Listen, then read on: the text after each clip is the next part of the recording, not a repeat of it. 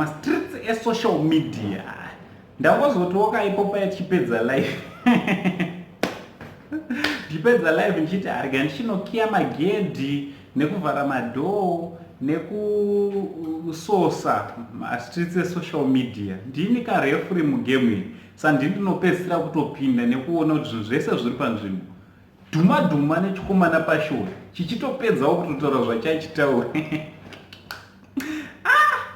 Hanzi napashoni ka mazimba ka wese anoti dhuterere anogona kuimba. Hanzi muri vembanje, hanzi napashoni java nemuromo wake, hanzi muri vembanje.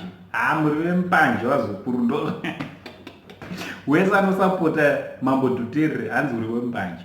So chiterera kamuzukuru, kana ukasati wasubscribe to this channel, I kindly ask you muzukuru kuti please subscribe to this channel.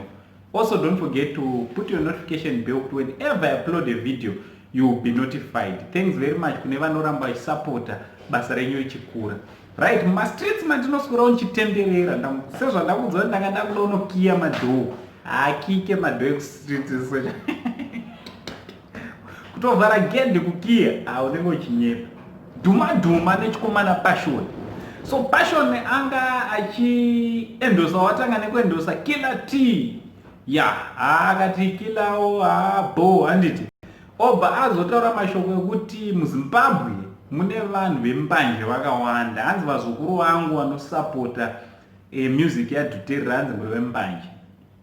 NdiPassion hansiri ndadaro. Hanzi because kana muchiti zvoni mambo webute, according to Passion, hanzi mambo dhuterere, hanzi mambo webute anogona kuimba. Hanzi hamuzive zvamune mbanje ndo zvango definition yapa ndo dzinonzi mbanje chaidzo, because mambo webute hanzi angambokunde Winky D naJapraise. Ndo zviri kuitika mastreets kutotaura kunoko. Passion Java akuda kutangana namambo dhuterere. Ameno kuti waya ameno indaifunga kuti ndove machechi kavaifanira kutosapotana, but Passion anoratidza kuti anosapota vakomana vamwe vese avo, but mambo dhuterere ameno kuti akamutadzirei. So umwe azotinyorawo posti iyi yandaisa panapa. Paya pakamboemba nzero iya yekuti maprofita chichi yemari mambo dhuterere, hanzi nyaya iyo inenge isina kubata zvakanaka Passion. So what do you think vazukuru nenyaya yandakuigira iyi?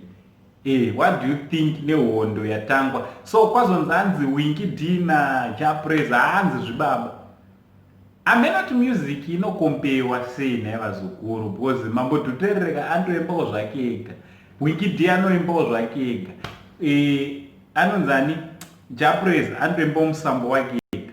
So inokompeka here musambo iyi. What do you think nezviri kutaurwa nemukomana anonzi Panganai Passion Java ari kuratidza kuti haafarire mambo dhuterere openly?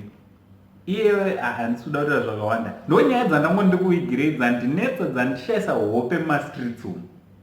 Naango sensitive ndichiti much love